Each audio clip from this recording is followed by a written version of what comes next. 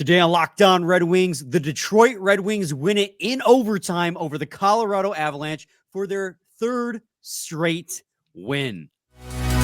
You're Locked On Red Wings, your daily podcast on the Detroit Red Wings, part of the Locked On Podcast Network, your team every day.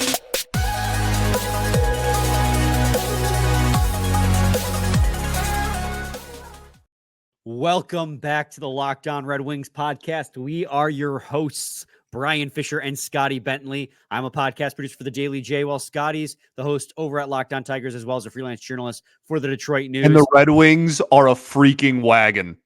They are, dude. We texted each other right after the game, and as I was typing you, it's over, we're winning the Stanley Cup. You sent like a second before I could hit send, we're winning the Stanley Cup.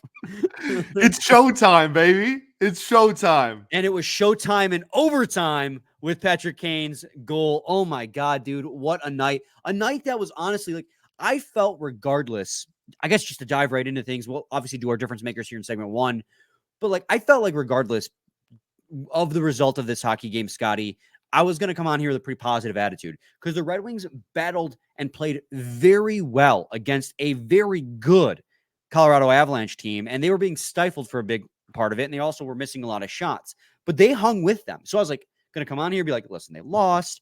It's a good sign.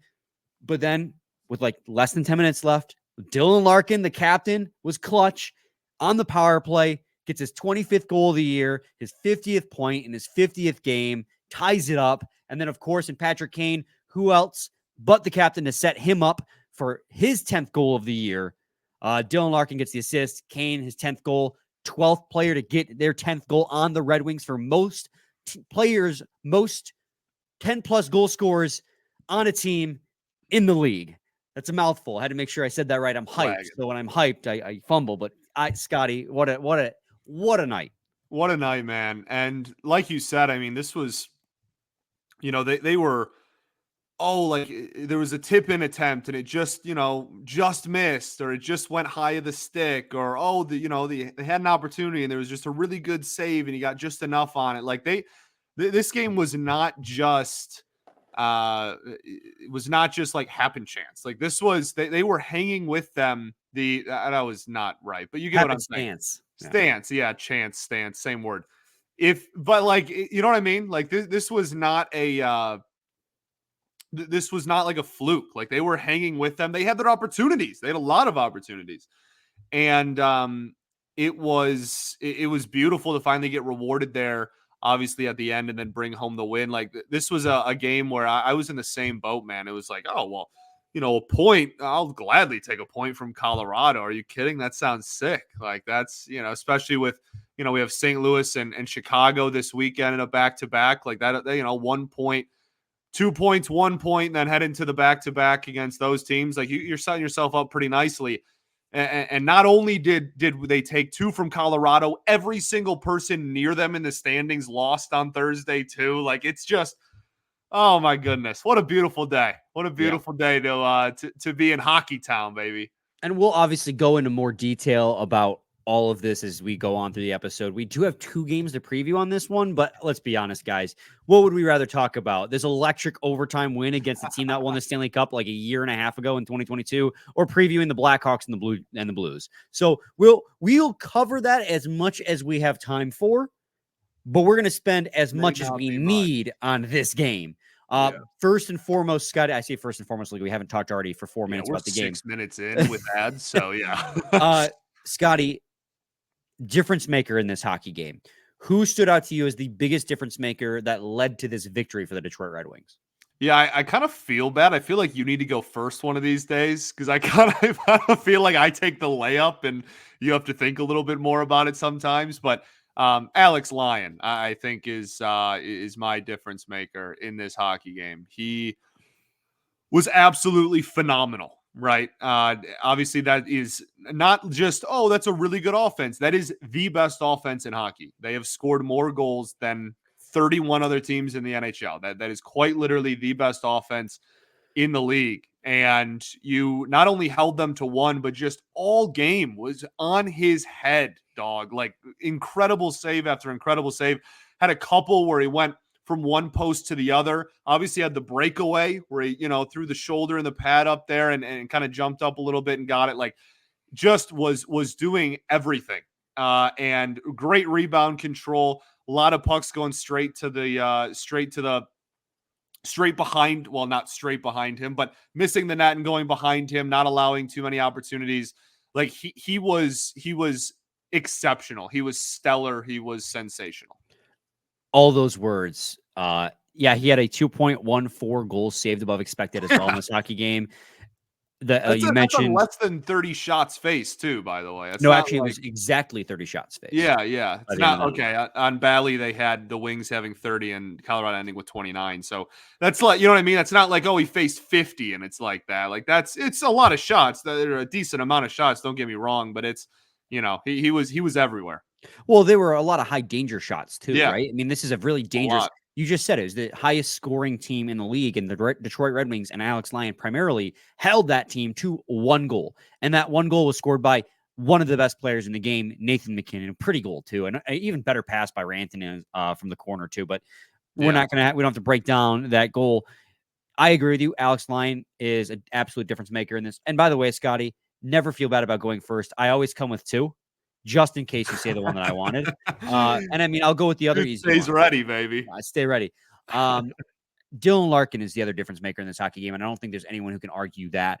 Dylan Larkin in this hockey game had the game-tying goal with less than 5 minutes left in the game at 12:02 into the third period. So there's 8 minutes left. He scored that power play goal to give them a 1-1 tie. And then in overtime, a play that was Ben Sherratt getting overtime minutes, back-to-back games. He's out there in overtime. Play the hot hand. He makes the breakout pass to Dylan Larkin, who then drops it off to Patrick Kane. Actually, let me back up a little bit. Makes the breakout pass to Larkin. Larkin comes in. I believe he drops it off to Sherratt, who then drops it back off to Larkin. And then Larkin, with speed, breaks down the wing, but makes you think he's going to shoot. Instead, feeds Patrick Kane wide open in the slot, who buries it home. I mean, the captain, when you needed him the most, came up clutch in the biggest moments in this hockey game for his 25th goal of the season and his 26th assist in 50 games played. So he's back over a point per game in this game. And that's what makes Dylan Larkin so great, right, Scotty? Like, he's not a top 10 player in this league. He's not. Some people will argue he's like not even an elite hockey player. But when the games matter most, he shows up. It's very hard to be as good as Dylan Larkin is and to have the responsibility and the weight that Dylan Larkin does without a true superstar on this hockey team. And he carries it with poise. Dylan Larkin has just been, I mean, he's the soul of this team. He's the heart. And he like I said, I don't want to beat the dead horse, but when the team needed him the most, he showed up. It's consistent production too, right? Like that's why he's the captain. It's not, point a game and, he gets really hot for 3 weeks and then, he quiets down for 2 and it's like, it's consistent. He's going to be a producer pretty much every night out. And I could get emotional based on how beautiful that pass was to win to Kane. That was one of the most remarkable plays. Like, genuinely, I think it just got I don't know, maybe by the time people are listening to this tomorrow, it's, the media cycle has given it more attention or whatnot. News moves quickly these days, but like that was one of the most sensational setups I have seen. Like legitimately, that was on the outside. He gets the puck. He's so fast and goes to the net, and almost everybody on the ice for Colorado then follows him because of, like you said, they're like, okay, we can't let him just get in front of the net and have a goal scoring opportunity. He goes back to Kane from the off shoulder. Like he has to wrap around to drop it back to Patrick Kane. It is a pinpoint perfect pass. And Kaner obviously buries it home. So I can't say enough good things obviously about Larkin. Captain showed up tonight. Yeah, phenomenal hockey player, one of the best players in the sport, thankfully. And yeah, man, that play, along with the whole game, but that play is something special, man. We're gonna take a quick break, and when we return, we're gonna come back with our notable performances. Which, I mean, everyone in this game you could call a difference maker. 2-1 overtime win against the Colorado Avalanche, a team that's a Stanley Cup contender. I mean, if there's not a game that gives you more faith that this team is going to make the playoffs this season than this one, I don't know what to tell you guys. Because the Red Wings, Alex Lyon was great, but I thought the team as a whole played fantastic. And we're going to break down as much of that as we can here in segments 2 and 3. So stay tuned to Locked On Red Wings. Got to talk to you guys today about Indeed. We're driven by this search for better, but when it comes to hiring, the best way to search for a candidate isn't to search at all. Don't search, match with Indeed. If you need to hire, you need Indeed. Indeed is your matching and hiring platform with over 350 million global monthly visitors, according to Indeed Fast Data, and a matching engine that helps you find quality candidates fast. Indeed doesn't just help you hire faster. 93% of employers agree Indeed delivers the highest quality matches compared to other job sites, according to a recent Indeed survey. Leveraging over 140 million qualifications and preferences every day, Indeed's matching engine is constantly learning from your preferences so that the more you use Indeed, the better it gets. Join more than 3.5 million businesses worldwide that use Indeed to hire great talent fast. And listeners of this show will get a $75 sponsored job credit to get your jobs more visibility at Indeed.com/lockedon. Just go to Indeed.com/lockedon right now and support our show by saying you heard it here on this podcast. Indeed.com/lockedon. Terms and conditions apply. Need to hire? You need Indeed. Indeed you do. Segment 2, Locked On Red Wings podcast. I like how I have to pause now before hitting the segue out so you can say your little thing there. We are breaking down to 2-1 overtime win against Stanley Cup contending Colorado Avalanche for the Detroit Red Wings as they push to be buyers at the deadline and make the playoffs for the first time in 7 years. Scotty, that was the first time the Detroit Red Wings have ever beaten the Colorado Avalanche at LCA, as well as the third straight game in which an octopi has been thrown onto the ice. 2 on the road and now 1 at home. If that's not playoff atmosphere, I don't know what is. And it was just riddled with great performances. And I think the first place we should start, because it's obvious, Patrick Kane obviously scored the game-winning goal. I just want to squash the narrative. We've been hearing, or I at least personally have been hearing on social media, that Patrick Kane, the team is worse with Patrick Kane since acquiring him. I do not understand how anybody can watch the hockey games when Patrick Kane is out there and think that. Is he bad at defense? Yes. Does the team have to play as much defense when he is out there? No, because he possesses the puck, because he sets up his teammates. Patrick Kane has been so good. And the reason people think this is because the team went on that losing streak after he joined the team, completely neglecting the fact that JT Compher, Dylan Larkin, Alex Lyon, Ville Husso, Klim Kostin, all got hurt on top of David Perron's 6-game suspension all at the same time when the team went on their losing streak. And then they're like, oh, well, then he got hurt in January, so that then the team started winning. Correction. The Wings were 5-0-1 in January with him healthy and 4-2-2 after he got hurt. So I don't know. What's the better record here? And then in this game, what did he do? He scored the game winner. So I'm squashing the narrative that Patrick Kane is somehow making this team worse and that they're playing better. They played better before he was there. I've had this on my chest for like a month straight. So I keep seeing posts on it and comments about it, and no. I love you to death, brother. I really do. Just correction. So funny, man. No, yeah, it's a ridiculous narrative. I don't know where it started. That's some pretty nasty narrative ball there. If you just watch the games, obviously that's not true. And yeah, he's very clearly was a difference maker in this game, obviously with the game winner. But I feel like I've said this 92 times, but like he's just incredible. And every single game when he has the puck on his stick and every shift that he has the puck on his stick, whatever, you just think like something really amazing could happen right now, right? Like he could just thread a pass. Like it's one of the only guys, if not the only guy on the team, that when he has possession of the puck and they're set in the offensive zone, you're like, all right, like who's he gonna find? You know, who's every single time he touches the puck, you think there's a chance that this could lead to a goal. And there's very few players ever that are like that. Nonetheless, in the last few years of Red Wings hockey, he is again. I know I've said it a billion times. I obviously could not have been more wrong, and I think he's exceeding pretty much everybody's expectations of what we thought he could be. He has been absolutely phenomenal.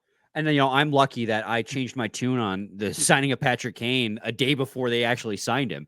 I think it was like we did an episode the day before where he's like, I was like, you know what?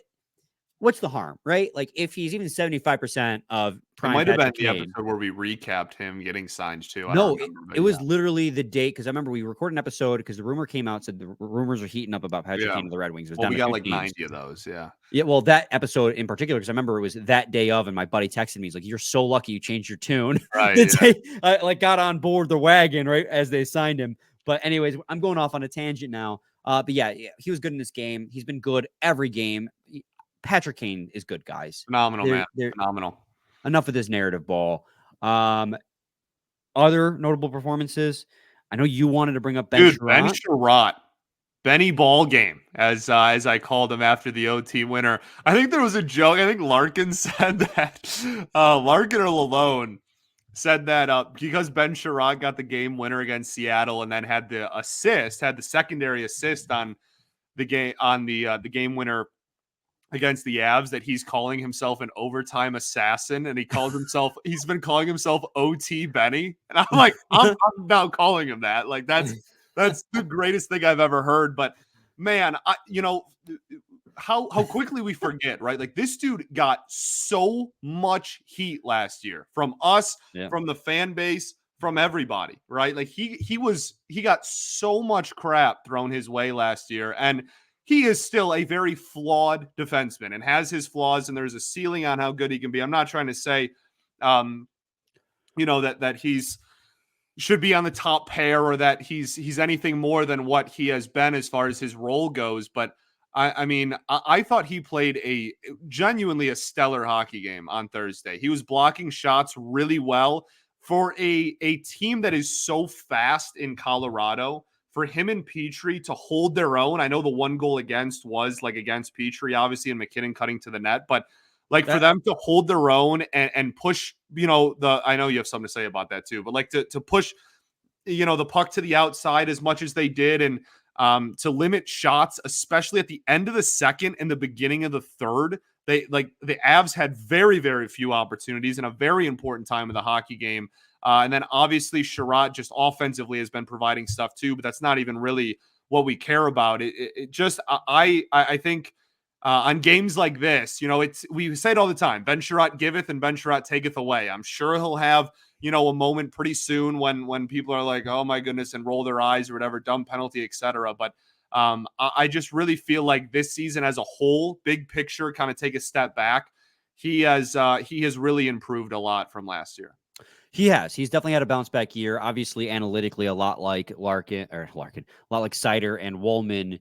It's not going to look favorably upon him necessarily, but that doesn't mean he hasn't been effective, and especially on the penalty kill, right? I mean, in this game, and that's another thing we got to talk about too, the special teams. Special teams was great. Another power play goal, that was your game tying goal, and then you went 3 for 3 on the penalty kill against a top 10 power play. This penalty kill has been the unsung hero of this hockey team. The penalty kill is a top 10 penalty kill in the league, something we did not predict. We predicted top 15 power play, maybe even top 10 power play, which they have been. We did not expect the penalty kill to be top 10 this season.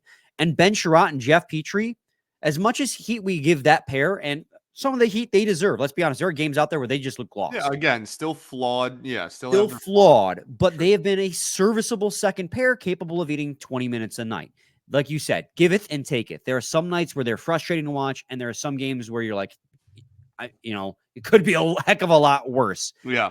And as far as the goal against goes, that was a shift where it was in the second period. So the Avalanche's Avalanche's bench was right on the edge of the offensive zone. Red Wings got trapped. They couldn't get the puck out. They were out there with the fourth line, Sherratt and Petrie were. And then the offensive line for the Avalanche change, Nathan MacKinnon and Mikko Rantanen come out. So now you have the top line against an exhausted fourth line and second pair, lines that shouldn't be matched up. Of course, what you expect would happen. I know people are giving Petrie a lot of heat on that one. I don't think that's necessarily his fault. The whole line as a whole failed to get the puck out of the zone. Yeah. So it's not specifically he didn't play his it fault. poorly either. He's just slower than Nathan MacKinnon. And there's not a lot of players who aren't. Right? Especially Jeff Petrie, but there are a lot of players who aren't.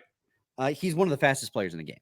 So when it comes to that, I mean, the special teams was fantastic. I agree with you. This was a giveth game by that pair overall. They both had wraparound attempts. Yeah, well, Sherratt's got obviously a clutch, nicely timed penalty for the Wings too. But yeah, man, that special teams point is such a good one. I mean, obviously 3 for 3, I think the penalty kill went on the night, and has just been since the middle of December. They have just been legitimately one of the better penalty kills in the entire NHL. And that is such a nice weapon to have in your back pocket.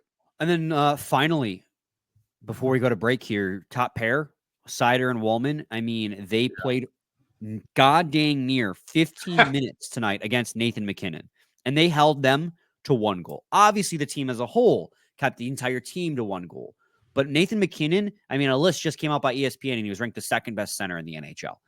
Nathan MacKinnon is one of the game's premier talents, and Moritz Seider and Jake Wallman were given the task of neutralizing him. We talked about it, right? Immovable object versus unstoppable force. Against the Oilers, Connor McDavid, 6 assists, got the better of the immovable object.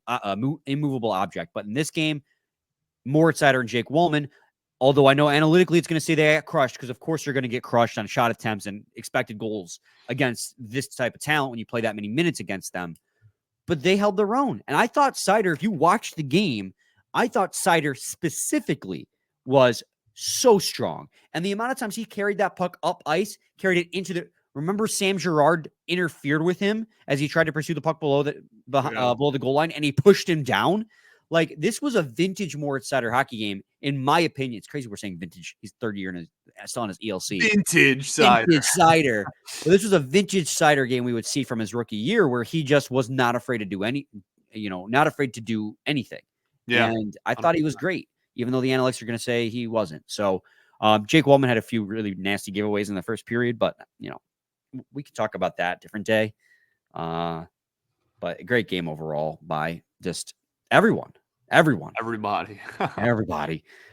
So we'll take another quick break, and in segment 3, we'll clean up anything else we have to mention about this hockey game, give you a standings update because it gets exciting today. And then, of course, they got back-to-back games Saturday and Sunday, one at LCA, one in Chicago. So stay tuned for that in segment 3 of Locked On Red Wings. Do you love making money, but also love spending money? God knows I love spending money. I'm so bad. Now you can make money while you spend it every time you shop with Ibotta. In fact, maybe I should really get in on this, because I would love to make money while I spend money. Ibotta is a free app. That's a good point. Ibotta is a free app that gives you the most cash back every time you shop on hundreds of items, from groceries to beauty supplies to toys. So you can make sure you're beating inflation no matter what you're purchasing. Other apps give you points that don't amount to much. With Ibotta, just add your offers in the app, upload your receipt, and get real cash that you can cash out to your bank account, PayPal, or gift cards.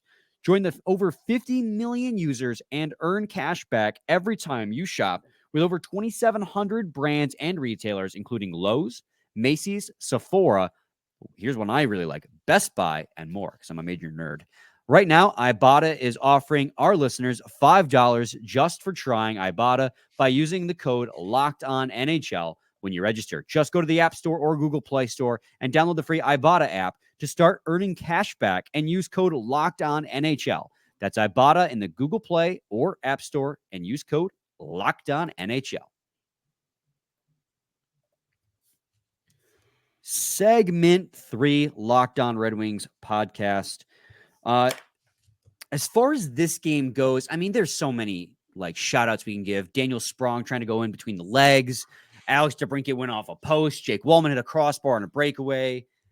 I think team defense is a big one, man. Like this was, when previewing the game yesterday, right? We had talked about how this is the best offense in the NHL, and you had a really tall task ahead of you. And obviously, Lyon was my biggest difference maker, and I think that's obviously very fair. He had a phenomenal game, but I think.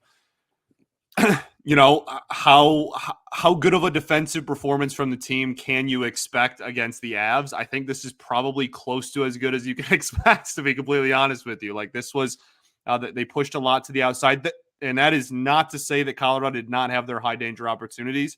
They absolutely did, and that's where Lyon comes into play and why he deserves so much credit. But I don't know, man. Three periods in an overtime period, and you allow 30 shots. I'm going to take that most days of the week against the Avs. Yeah, that's what this team excels at, right? And not to say, like you said, they had their opportunities. According to Natural Stat Trick, they had 8 high danger opportunities in this game, which is more than the Red Wings typically do on just 58 5-on-5 shot attempts for. So that's a higher percentage than they normally would. But the one thing the Red Wings do really good, even when they do face that, is they do a good job of, if not shutting down those plays, disrupting them. And that's why you see a lot of shot attempts against, but not a lot of goals against in these situations. One, because Lyon's amazing, but also because they do a good job of disrupting the play, even if they don't necessarily stop it. I mean, that's why Jake Wallman's a top 10 shot blocker. You'll have games where Moritz Seider had 6 blocked shots the other day as well. Let's see here. Wallman and Seider both had 3 blocked shots in this game. Sherratt had 5. Ibotta had 2. Petrie had 1. The only one without a block shot is Gostisbehere, but that's Gostisbehere's game. He's not going to block a lot of shots. So, I mean, yeah, team defense as a whole was really good in this game. Dylan Larkin led the team with fewest expected goals against, 0.16. Try to figure that one out. Your forward that plays the most minutes on your hockey team had the fewest expected goals against. Now, Dylan Larkin has definitely stepped up his defensive game since since coming into the league, but it's still not his strongest suit, right? It's up ice, offensively where he excels.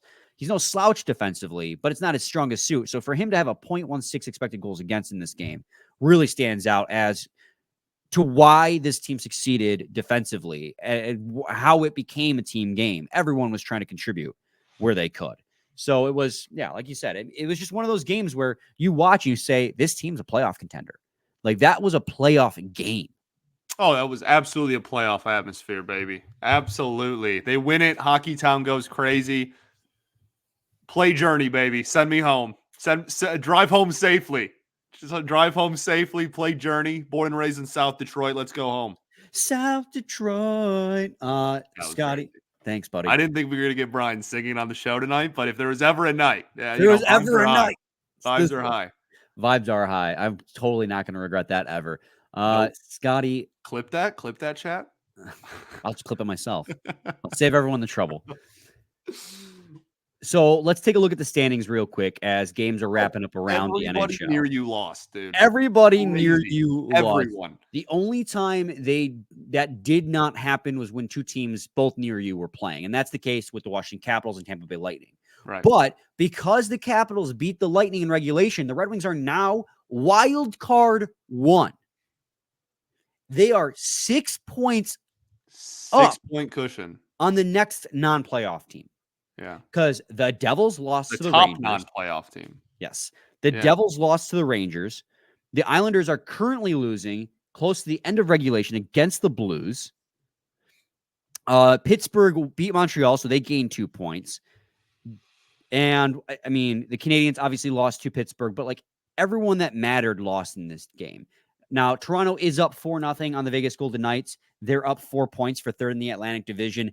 I have a feeling they may pull away with the divisional spot, and we may have to just focus on wild card. But right now, the Red Wings are sitting at wild card 1 with 66. Ask me if I care. Right. The Red Wings are sitting with 56 games played at 66 points. Lightning are second wild card with 65, and the Capitals are outside looking in with 60. They have 6-point cushion now with the same amount of games played as those teams. Play journey. I'm not trying to get ahead of myself, right? Because there's still a lot of season left. Obviously, a lot of hockey to be played, but when was the last time that at the end of February the Wings had a 6-point cushion on a playoff spot? Right. And you look at the schedule from here on out, too. This was the toughest game remaining between now and the trade deadline. Yeah. There are now just 5 games remaining for the Red Wings before the trade deadline. It goes this weekend. They play St. Louis at home. Then they go to Chicago on Sunday. Chicago's like one of the worst teams in the league. You then play Washington and the Bedard Islanders. back. Good timing. Bedard is back, which is, phenomenal timing, but still one of the worst. I'm not trying to say there's an excuse. Yeah, you need to win that game. Also, that game in Chicago, Scotty, that is Patrick Kane's homecoming, as well as the Chris Chelios banner-raising night. Yeah, baby. Very eventful hockey game. That's going to be a fun afternoon of hockey, fun evening of hockey. It's a 6:00 game on Sunday. So, obviously, the game against the Capitals and the game against the Islanders are going to carry the most weight. That Islanders game is going to be big time, baby. Yes. So, while the schedule eases up, you're going to be playing teams that are going to be fighting tooth and nail with you because they want to win. But that's not till next week. I don't want to get too ahead of myself here. Focus on here and now, baby. Here now, 2-1 overtime. Why do they call it the present? Let's focus on right now. Visor high. They call the present a win streak. Because that's dang right. 3's a streak, baby. 3's a streak. But they play St. Louis on Saturday and Chicago on Sunday. Nooner. Noon on Saturday, 6 on Sunday. So they're definitely playing Reimer in one of these games, like without a doubt. And I think that's, if we had time yesterday, we were going to talk about that a little. Maybe that can be a conversation for next week. But just his deployment in general, is it just going to be, back-to-backs from here on out is probably the only time we see Reimer. If he keeps to, obviously he had a shutty in the last game, almost 40 goals or 40 shots at him too. Is there maybe a opening for him to get a little bit more? But yeah, he'll certainly get one of these. I think if you're just going straight up by difficulty of game, then you give him you give him Chicago, obviously. And he can also be, second half of the back-to-back as well. But I think there might be an argument as well for you want your better goalie to play on the second half of a back-to-back because that's when the skaters will be the most tired. So it's kind of a back and forth thing. We'll see what they do. But yeah, I'd imagine he'll get one of them. Yeah, and also don't underestimate the Blues. I know they're not as good as they were a few years ago, but they're also, they have the same amount of wins as the Wings. Yeah. They got 62 points. They're in a wild card spot. They have lethal players on their roster. Yeah. Robert Thomas has 62 points and 55. Jordan Karu's got 43 and 55. Pavel Buchnevich has 43 and 53. So, and Jordan Binnington, what a bounce back year from him as well. He's got a 908 save percentage, and their backup Joel Hofer has a 914. So, this is not a cakewalk of a game on Saturday. And, you got a short little 2-game homestand, win them both. I said that my expectation for February, Scotty, was to walk away with 12 points or 6 wins. I know you can get 12 points through overtime, blah, blah, blah, blah, blah. But you're at 4 right now. You're 4-2 in the month of February. You get 2 more wins. February will be a success in my eyes regardless. But that doesn't mean I want to end there if they get to 6 wins. So show up in St. Louis or show up against St. Louis and then go to Chicago and take care of business. That's a bad team by every metric with one really superb player. So just take care of business in Chicago. And if you can win, I think you should win both these games. But I'm not insane enough to think the team's going to go on a 5-game win streak because that'd be amazing. They have already this season, but I'd be happy if they win 1 of 2 of these games in the weekend and just kind of continue to keep the ball rolling, keep getting wins. Yeah, for me, it's more of like tough. Yeah, I think for me, it's more of rather than clumping them together, it's more of just like Chicago should be your must win, and whatever happens in St. Louis kind of happens. Like it's a back-to-back as well. People really underestimate how difficult those are for players. And I know that Chicago is the second leg of the back-to-back, so maybe that gives you, a little bit more wiggle room on what could happen there. But I'm with you. I think the mindset should be go win both. But if they split, I'm not going to be too, hurt about it. And the reason why is because you just took 2 points against Colorado, right? You have the privilege almost of being able to go into these 2 games and be like, you know what, a split here and a back-to-back isn't the worst thing in the world because we just stole 2 points from one of the best teams in the league. Right. Yeah. Absolutely. There's that crutch word again. Absolutely. Abso-freaking-lutely, baby. I have a lot more to say, but I'm going to cut myself off there. Scotty, vibes are high. 3-game win streak. First game ever against the Colorado Avalanche at LCA. You're first in the wild card. 3 straight octopi. Final Straight thoughts. octopi, baby. 3 Straight. straight. Any final thoughts, buddy? We ball, baby. We ball. Play Journey. I don't think we've ever balled as much as we have after this win. There's an argument that that's true. There's a legitimate argument that that's true. This late in the season, there's an argument that is absolute truth. So we'll be back recapping 2 games on Monday. So stay tuned for that. Same time, same place, your team every day.